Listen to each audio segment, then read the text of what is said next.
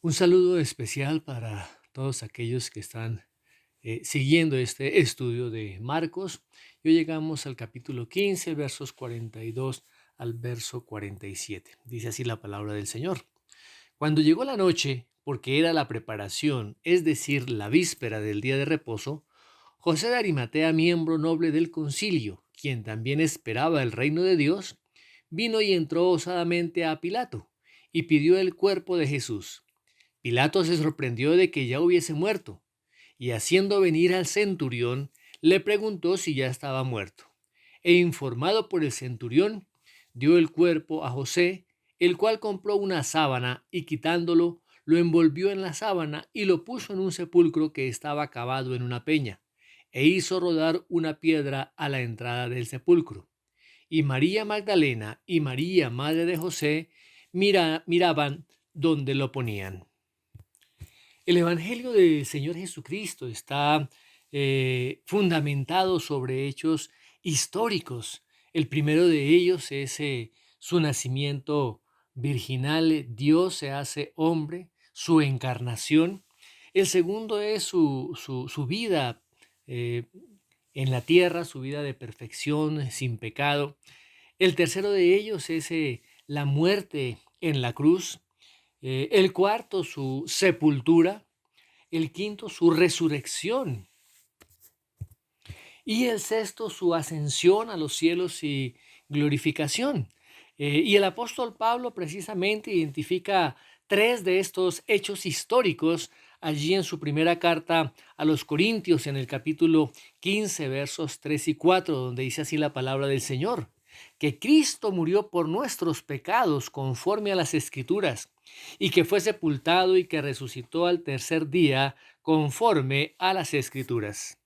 Aquí en este texto hay un hecho fundamental, un hecho supremamente importante que se encuentra entre la crucifixión y la resurrección del Señor Jesucristo, y es precisamente la sepultura del Señor Jesucristo. Y este hecho histórico es relatado precisamente en los cuatro evangelios y resalta como un hecho muy importante porque está afirmando la deidad de Cristo y afirmando de igual manera la veracidad, la verdad de la palabra de Dios, de la Biblia. Y se pone de manifiesto la maravillosa providencia de Dios. Las escrituras, la Biblia, en múltiples ocasiones están reiterando la absoluta soberanía de Dios sobre todas las personas y sobre todo suceso que ocurre en el universo. Porque Dios mismo es quien ordena todas las cosas y Él mismo es que hace que esas cosas ocurran.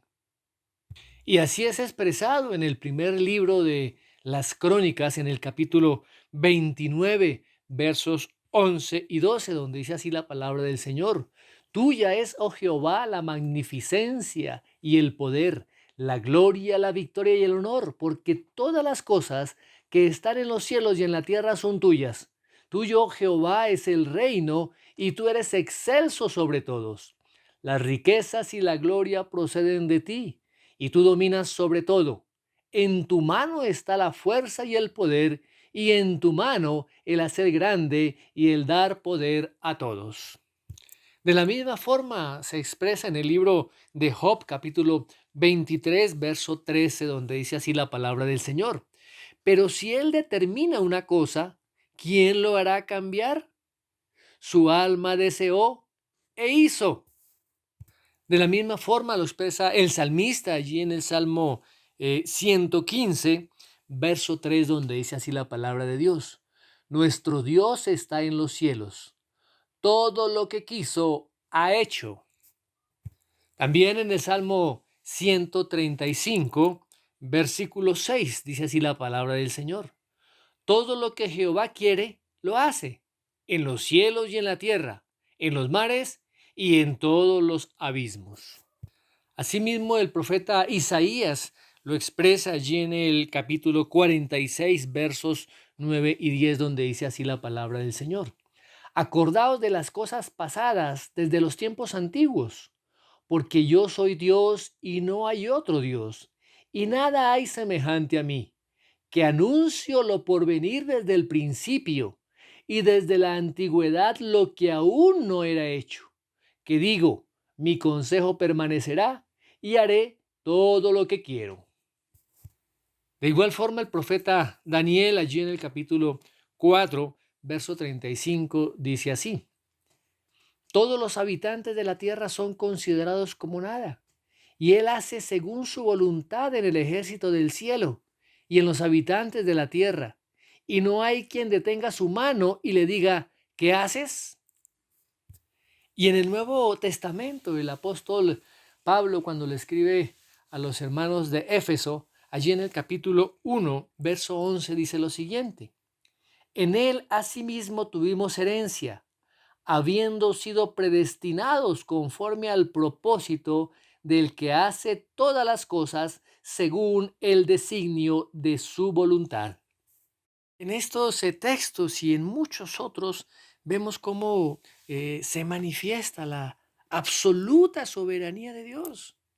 Como mencioné, Dios es soberano sobre toda persona, sobre todo suceso que ocurre en las vidas de las personas. Él está ordenando todas las cosas. Así que la providencia del Señor siempre está actuando, organizando todas las cosas, todos los procesos, los acontecimientos naturales, los acontecimientos históricos. ¿Para qué? Para lograr sus propósitos, para que sus propósitos sean llevados a cabo. Dios mismo en algunas ocasiones ha usado milagros para manifestar también esa providencia suya, para llevar a cabo sus planes, de tal manera que Él está dirigiendo cada parte de su creación. Pues Dios es todopoderoso, Él es omnisciente, omnisapiente. Él ha determinado todo, ha predestinado todo conforme a su propósito eterno. Y todos los sucesos que van ocurriendo, incluso hasta los sucesos que nos pueden parecer fortuitos, se van desarrollando de una manera exacta, se van desarrollando de una manera completa, todo de acuerdo a lo que Dios ha planeado y a lo que Él ha prometido hacer. De tal manera que en su soberanía, Dios coordina toda la cantidad de hechos, decisiones, comportamientos de todas las criaturas, de todas sus criaturas, para que todas las cosas, incluso las decisiones y las acciones de las mismas personas se alineen con esos propósitos divinos que son perfectos. Como lo expresa el apóstol Pablo ahí en su carta a los Romanos en el capítulo 8, verso 28, donde dice así la palabra del Señor: y sabemos que a los que aman a Dios, todas las cosas les ayudan a bien. Esto es, a los que conforme a su propósito son llamados. Ahora, tenemos que dejar en claro que en Dios no se origina ningún pecado, como dice Santiago 1:13. Dice así la palabra del Señor: cuando alguno es tentado, no diga que es tentado de parte de Dios, porque Dios no puede ser tentado por el mal, ni Él tienta a nadie. De la misma manera, la responsabilidad humana tampoco se puede eliminar. Ahora, a través de toda la Biblia se puede ver, se puede observar cómo la providencia de Dios está actuando. Allí se está resaltando el control y el poder de Dios sobre todos los deseos y sobre todas las decisiones de las personas. Y así es evidente en la oración que Ana dirige al Señor, manifestada allí en Primera de Samuel, capítulo 2, del verso 6 al 9, donde dice así la palabra de Dios: Jehová mata y él da vida. Él hace descender al Seol y hace subir. Jehová empobrece y él enriquece, abate y enaltece. Y él levanta del polvo al pobre, y del muladar exalta al menesteroso, para hacerle sentarse con los príncipes y heredar un sitio de honor. Porque de Jehová son las columnas de la tierra, y él afirmó sobre ellas el mundo. Él guarda los pies de sus santos, mas los impíos perecen en tinieblas, porque nadie será fuerte por su propia fuerza. También en el libro de Job, capítulo 5, verso 12, dice así la palabra del Señor, que frustra los pensamientos de los astutos para que sus manos no hagan nada. De la misma manera, Dios no solamente tiene el control sobre las personas, sino también sobre las naciones del mundo. Veamos lo que dice el libro de Salmos, capítulo 33, verso 10. Dice, Jehová hace nulo el consejo de las naciones y frustra las maquinaciones de los pueblos. También el profeta Jeremías lo menciona en el capítulo 10, verso 23, donde dice así la palabra del Señor. Conozco, oh Jehová, que el hombre no es señor de su camino, ni del hombre que camina es el ordenar sus pasos. Y el apóstol Pablo también lo menciona allí en su carta a los Filipenses en el capítulo 2, verso 13, donde dice así la palabra del Señor. Porque Dios es el que en vosotros produce así el querer como el hacer por su buena voluntad. Así que Dios está obrando de manera providencial en los corazones de los hombres. Y Él ha obrado de esta misma manera en los corazones de reyes injustos, con el fin de conseguir, de llevar a cabo sus propósitos divinos. Como se menciona allí en el libro de los Proverbios, capítulo 21, verso 1, donde dice así la palabra del Señor, como los repartimientos de las aguas, así está el corazón del rey en la mano de Jehová, a todo lo que quiere lo inclina. Y en el libro de Josué hay un claro ejemplo de esto, en el capítulo 11, versículos 18 al 20, donde dice así la palabra del Señor. Por mucho tiempo tuvo guerra Josué con estos reyes.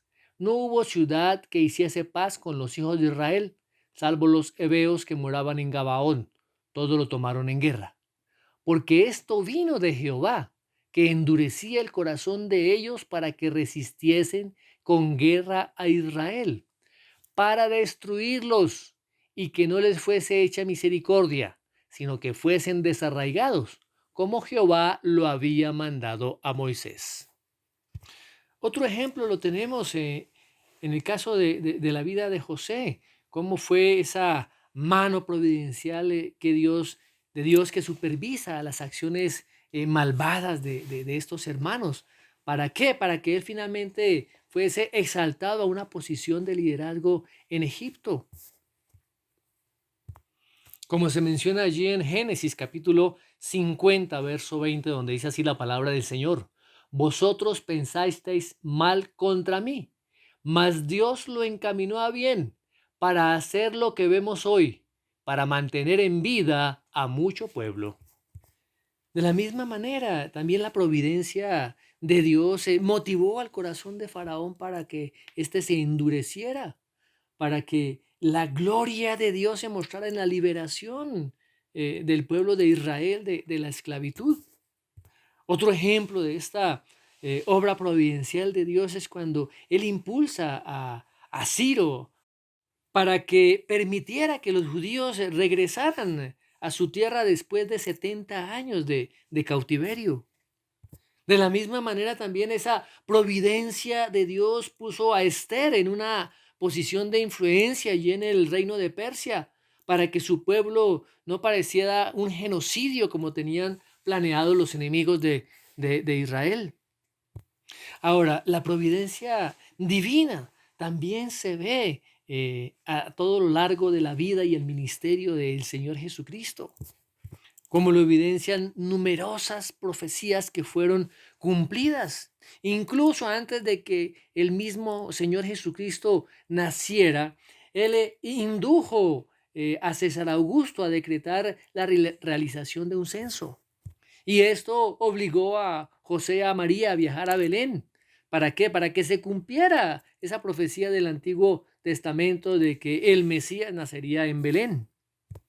Ahora, después de que el Señor Jesucristo muere, esa misma providencia de Dios estuvo manejando cada uno de los acontecimientos para que su entierro, para que su sepultura se realizara conforme a lo que Dios había planeado desde antes de la fundación del mundo. Así que la voluntad de Dios se estaba cumpliendo con exactitud, aún en la sepultura de su propio Hijo.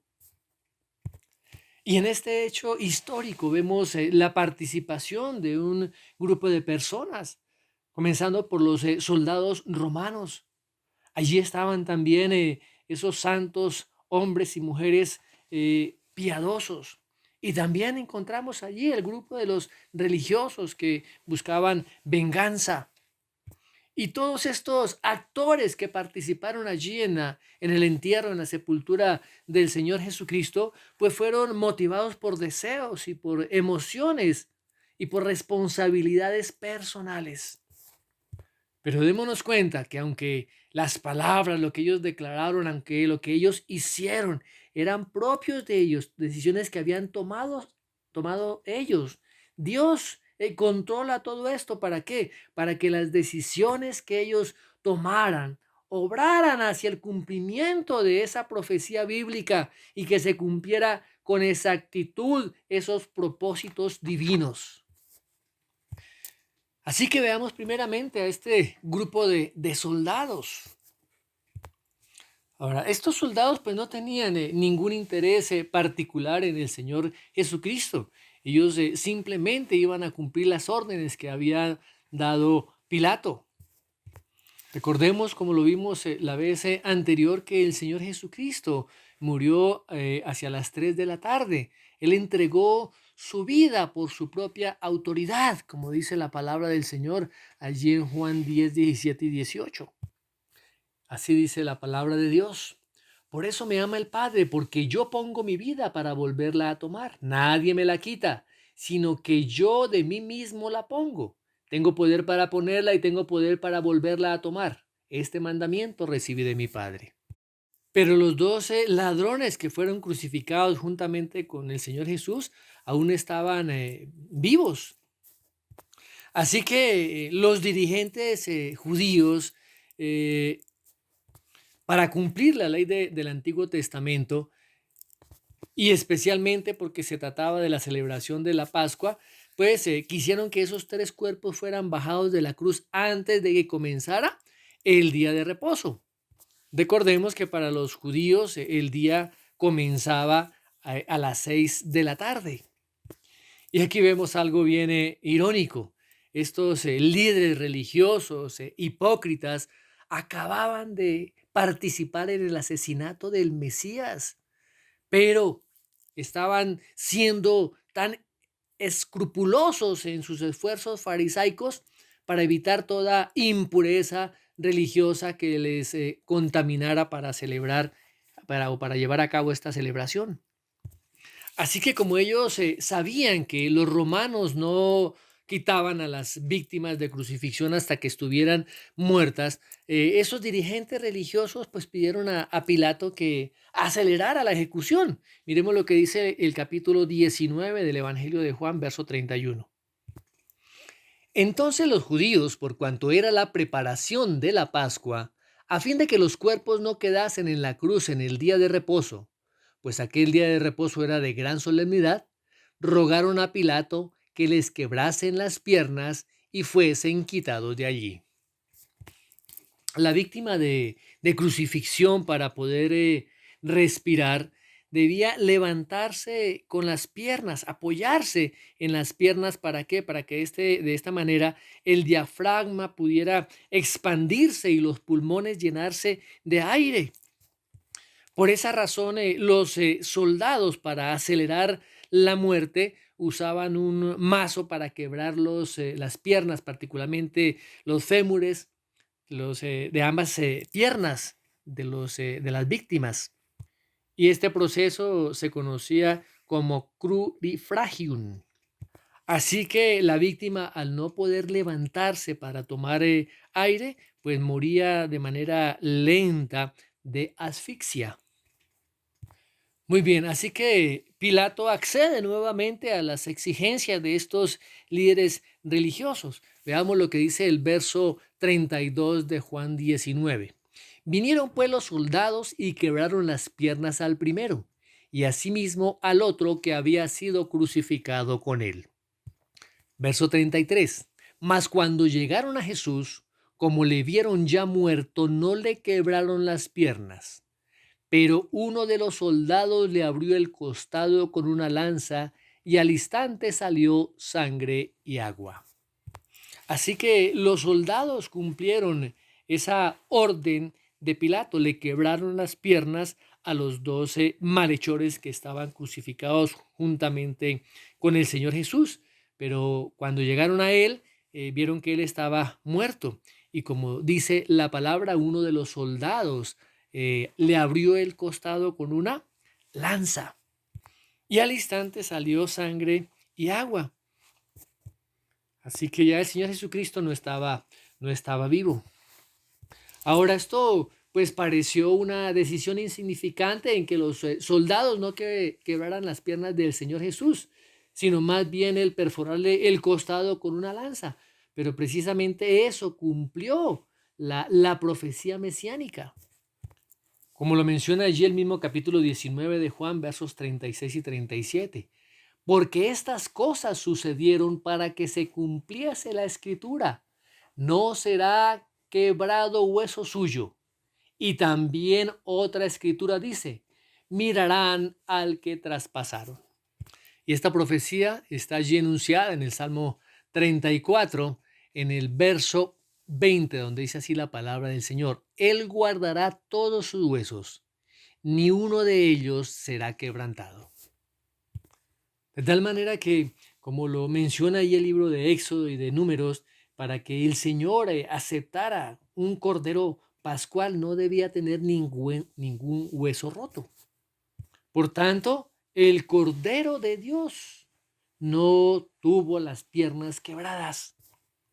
De igual manera, el profeta Zacarías también en su profecía anunció que el Mesías sería traspasado, ahí en el libro de Zacarías capítulo 12, verso 10, donde dice así la palabra del Señor: y derramaré sobre la casa de David y sobre los moradores de Jerusalén espíritu de gracia y de oración.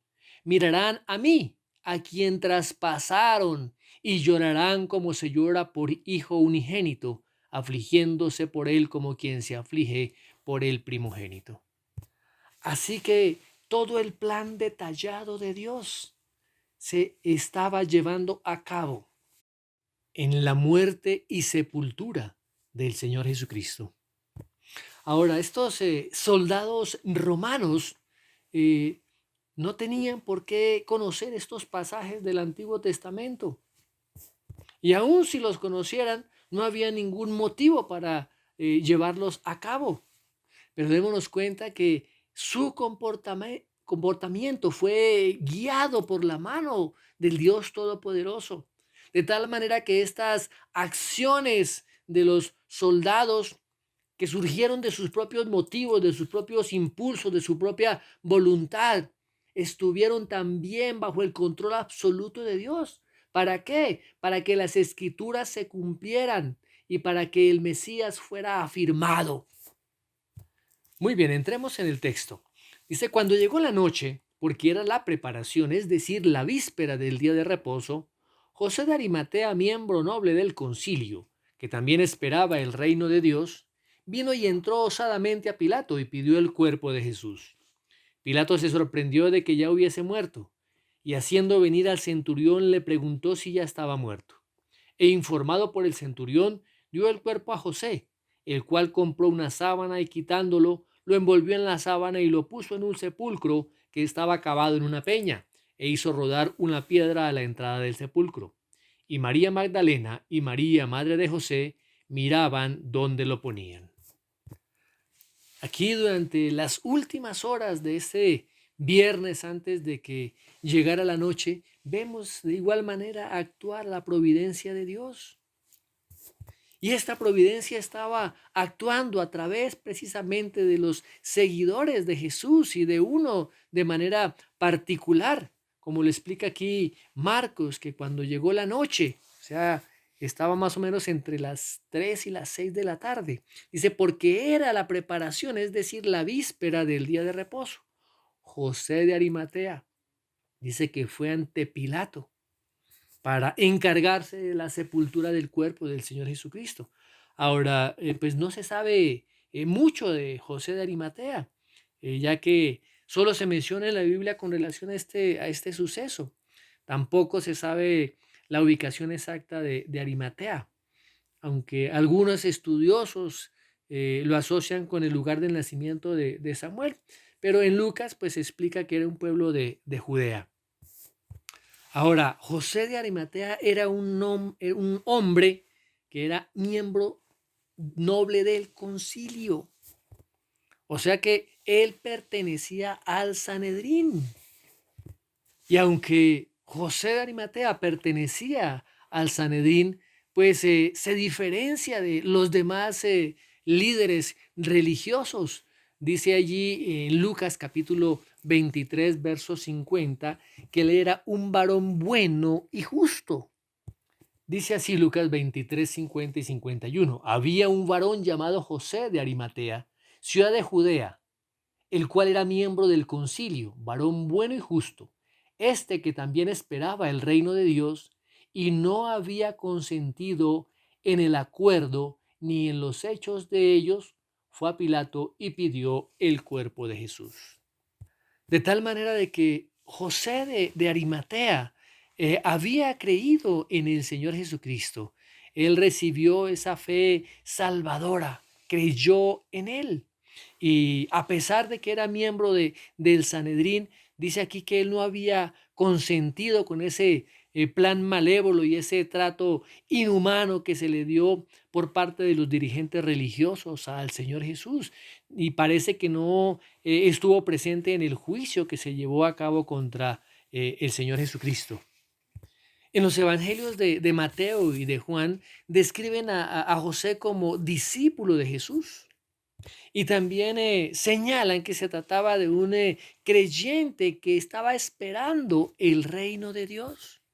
Y realmente José se convenció de que el Señor Jesucristo era realmente el Mesías, de que las promesas del Antiguo Testamento se habían cumplido en él. Pero él se mantuvo en secreto, como lo dice allí Juan 19, 38. Dice así, después de todo esto, José de Arimatea, que era discípulo de Jesús, pero secretamente por miedo de los judíos, rogó a Pilato que le permitiese llevarse el cuerpo de Jesús y Pilato se lo concedió. Entonces vino y se llevó el cuerpo de Jesús. Así que José anhelaba que Jesús fuera ese comienzo de todas las promesas del Antiguo Testamento relacionados con el reino mesiánico. Pero cuando el Señor Jesucristo fue crucificado, esas expectativas se transformaron en angustia. Ahora, cuando una víctima ya era declarada muerta y cuando era bajada de la cruz, su cuerpo podía ser desechado de dos maneras. La primera era cuando los miembros de la familia lo pedían, solicitaban su cuerpo y era pues entregado a la familia y ellos realizaban la sepultura, si lo pedían. Y si no lo pedía nadie, entonces generalmente lo lanzaban a una fosa común o a veces incluso al basurero. Recordemos que las mujeres permanecían allí junto a la cruz y los apóstoles, ninguno excepto Juan, que estaba cuidando a la madre del Señor Jesucristo. Y esta petición pues llegó de una persona inesperada.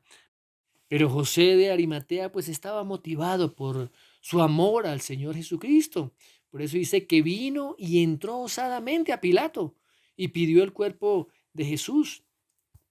Así que esta acción de José de Arimatea al entrar osadamente o al atreverse, ser audaz, al entrar allí delante de la presencia de Pilato, fue una acción mm, que provocaría la ira de los demás miembros del Sanedrín.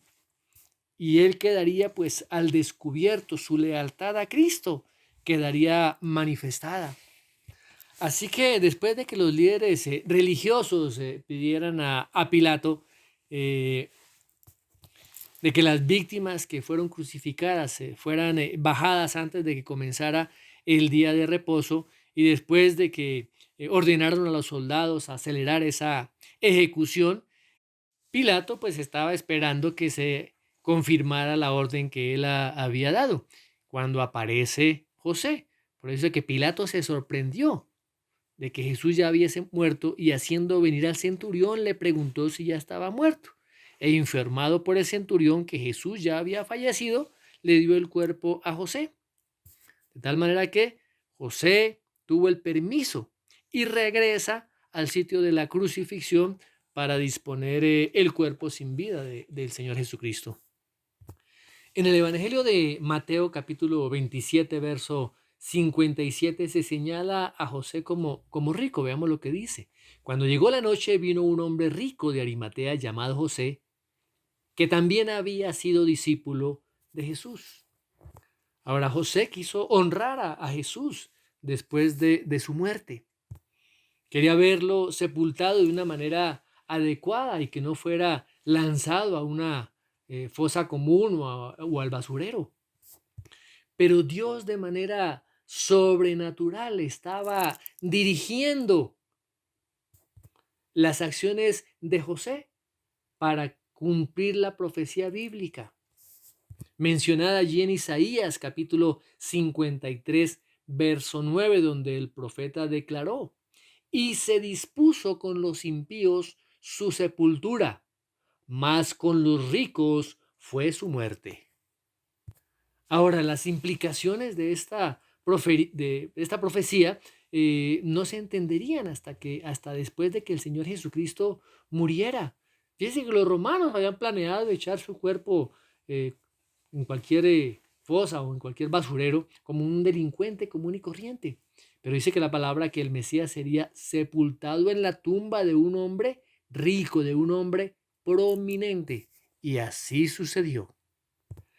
De tal manera que Dios el Padre estuvo en el entierro de su Hijo y estuvo asegurándose de que todo ocurriera según la programación divina.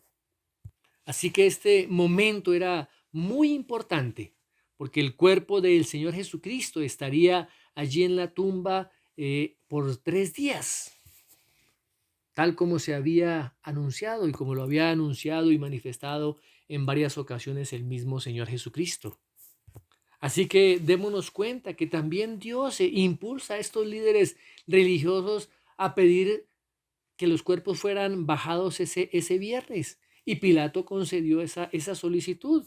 O sea que todo lo que ocurrió en estas pocas horas de ya del final del día viernes estuvo programado divinamente por el Señor, y todas estas personas actuaron de acuerdo al plan del Señor.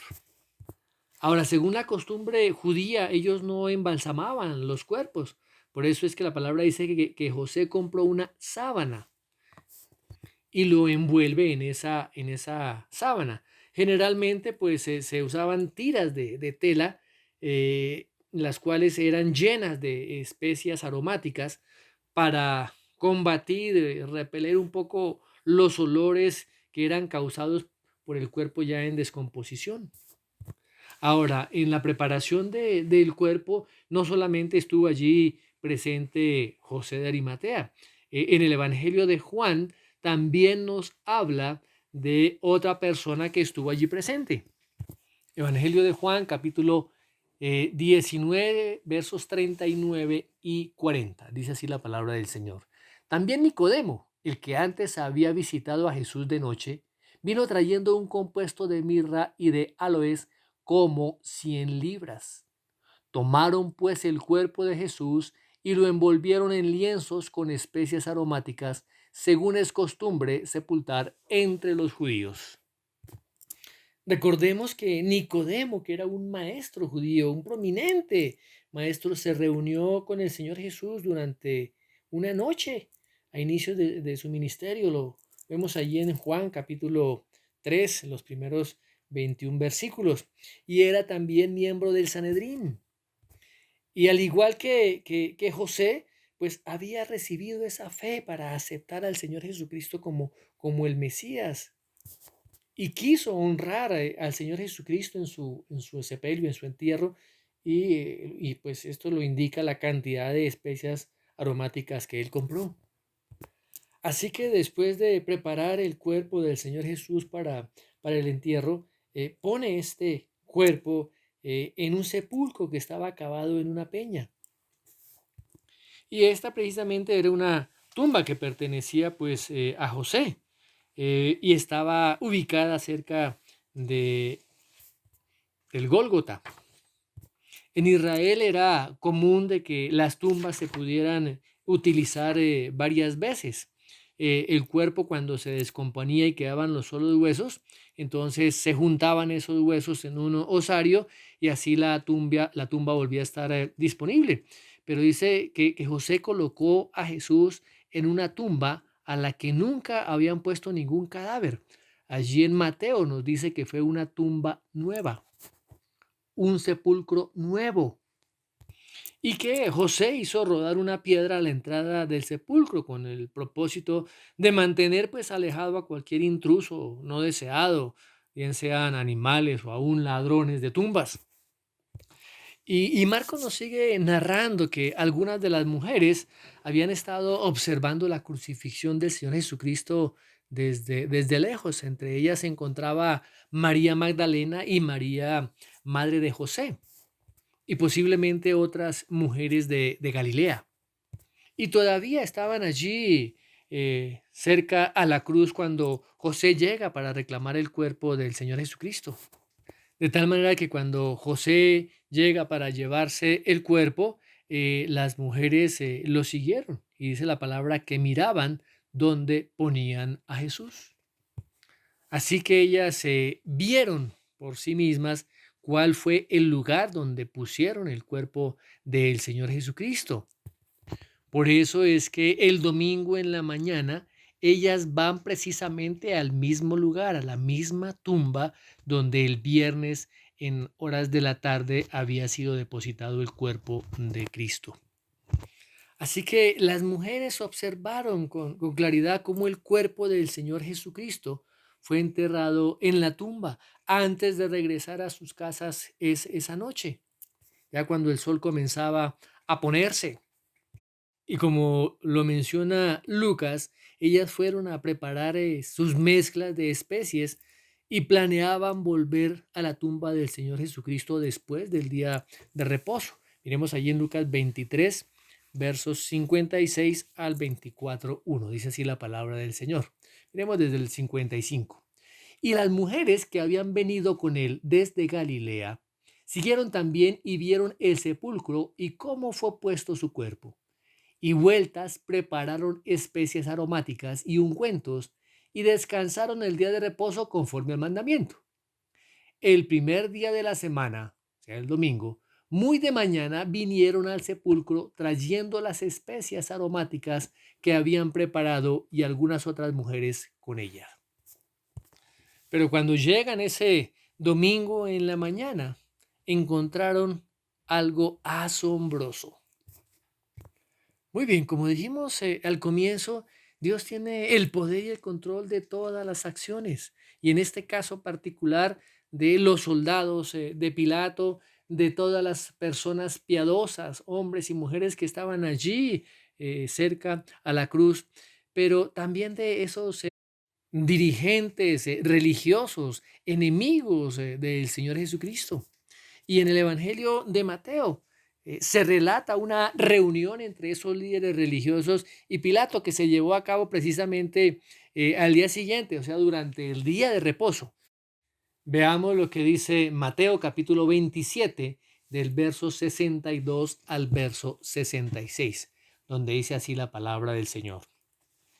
Al día siguiente, que es después de la preparación, se reunieron los principales sacerdotes y los fariseos ante Pilato, diciendo: Señor, nos acordamos que aquel engañador dijo, viviendo aún, Después de 3 días resucitaré. Manda pues que se asegure el sepulcro hasta el tercer día, no sea que vengan sus discípulos de noche y lo hurten, y digan al pueblo: resucitó de entre los muertos, y será el postrer error peor que el primero. Y Pilato les dijo: ahí tenéis una guardia, id a asegurarlo como sabéis. Entonces ellos fueron y aseguraron el sepulcro, sellando la piedra y poniendo la guardia. Así que los dirigentes religiosos eran conscientes de las predicciones que el Señor Jesucristo había hecho. Algunos de ellos habían escuchado estas afirmaciones del Señor Jesús. Precisamente la vemos allí en el capítulo 12 del Evangelio de Mateo, versos 38 al 40, donde dice así la palabra del Señor. Entonces respondieron algunos de los escribas y de los fariseos diciendo: Maestro, deseamos ver de ti señal. Él respondió y les dijo: la generación mala y adúltera demanda señal, pero señal no le será dada sino la señal del profeta Jonás. Porque como estuvo Jonás en el vientre del gran pez 3 días y 3 noches, así estará el Hijo del Hombre en el corazón de la tierra 3 días y 3 noches. Así que a estos líderes religiosos pues les preocupaba que los discípulos robaran el cuerpo del Señor Jesús para hacerlo parecer que hubiera resucitado de entre los muertos. Y para evitar esa posibilidad, pues pusieron una guardia allí en la tumba. Y de la misma manera pusieron un sello. Es posible que el mismo Pilato les haya facilitado o entregado ese sello, lo que significaba que esa tumba tenía una protección romana. Ahora, los discípulos pues no tenían ninguna intención de robar el cuerpo del Señor Jesucristo. Aún ellos no creían que el Señor Jesucristo fuera a resucitar al tercer día. Por eso es que huyeron y se escondieron, porque pensaban que las autoridades ahora los iban a detener a ellos. Si la resurrección no hubiera sido un hecho histórico, un hecho verídico, pues los discípulos nunca habrían entregado sus vidas como mártires por lo que hubieran sabido que era un fraude. Así que la intención de estos líderes religiosos pues era evitar un engaño, pero sin saberlo, sus acciones precisamente validaron la verdad de la resurrección del Señor Jesucristo. Ahí vemos también obrar la providencia de Dios, por cuanto los enemigos del Señor Jesucristo, ¿sí?, sellaron la tumba y pusieron una guardia romana. O sea que hicieron imposible que el cuerpo del Señor Jesucristo fuera retirado, a menos de que Él resucitara de los muertos. Y recordemos que más adelante estos dirigentes religiosos afirmaron que los discípulos habían robado el cuerpo del Señor Jesucristo. Y realmente estas afirmaciones eran totalmente falsas y lo declaraban sus propias acciones. Pues las medidas que pusieron, medidas de seguridad que pusieron alrededor de la tumba, pues aseguraron que los discípulos no pudieran robar el cuerpo del Señor Jesucristo. Así que cada uno de los detalles minuciosos, cada uno de los acontecimientos que estuvieron alrededor de la sepultura del Señor Jesucristo, demuestran de manera extraordinaria cómo Dios en su providencia está guiando cada decisión de los hombres y cada hecho que se realiza es para cumplir el propósito eterno de Dios. Vemos aquí cómo los soldados romanos, los seguidores del Señor Jesús, los líderes religiosos, todos ellos actuaron según sus propios motivos y sus propios deseos. Pero cada una de sus acciones, buenas o malas, cumplieron con la voluntad de Dios, con aquello que se había predestinado desde antes de la fundación del mundo, la soberanía de Dios manifestada. Por lo cual las piernas del Señor Jesucristo no fueron quebradas, su costado sí fue perforado. Estuvo con un hombre rico en su sepultura y su cuerpo permaneció en la tumba por 3 días. Su sepulcro fue sellado y fue protegido por sus enemigos, lo que hizo imposible que los discípulos pudieran robar el cuerpo. Y se afirmó la verdad de la resurrección, de tal manera que esa mano invisible de Dios dejó allí sus huellas en cada detalle. Se cumplió a la perfección la profecía bíblica y se afirmó nuevamente la condición mesiánica del Hijo de Dios, el Señor Jesucristo. Como se menciona allí en el primer versículo del Evangelio de Marcos, principio del Evangelio de Jesucristo, Hijo de Dios. Amado Dios, gracias te damos, porque tú eres un Dios de los detalles. Tus planes, tus propósitos son eternos. Tú has predestinado todas las cosas desde antes de la fundación del mundo. Gracias, Señor, por darnos esa salvación tan grande a través de tu Hijo, el Señor Jesucristo, por cada uno de los detalles de su vida, su nacimiento, su vida, su crucifixión y en este caso su sepultura, Dios, porque todo se cumplió según el plan determinado tuyo. Gracias, amado Dios. Gracias, eterno y maravilloso Dios, porque tú eres el Dios providencial, el Dios eterno y soberano, que tienes el control de todas las cosas. Nuestras vidas están en tus manos. Gracias, amado Dios, porque podemos estar confiados. Podemos decir confiadamente que tú eres nuestro Señor, que tú eres nuestro ayudador. Gracias porque los planes tuyos seguirán llevándose a cabo en cada una de nuestras vidas. Nuestras vidas están en tus manos. Que tu gracia y sabiduría estén en nuestras mentes y en nuestros corazones, para que cada una de nuestras decisiones, que cada uno de nuestros hechos sean conforme a tu palabra y a tu soberana voluntad. Gracias, amado Dios, te damos en el nombre de Jesús. Amén.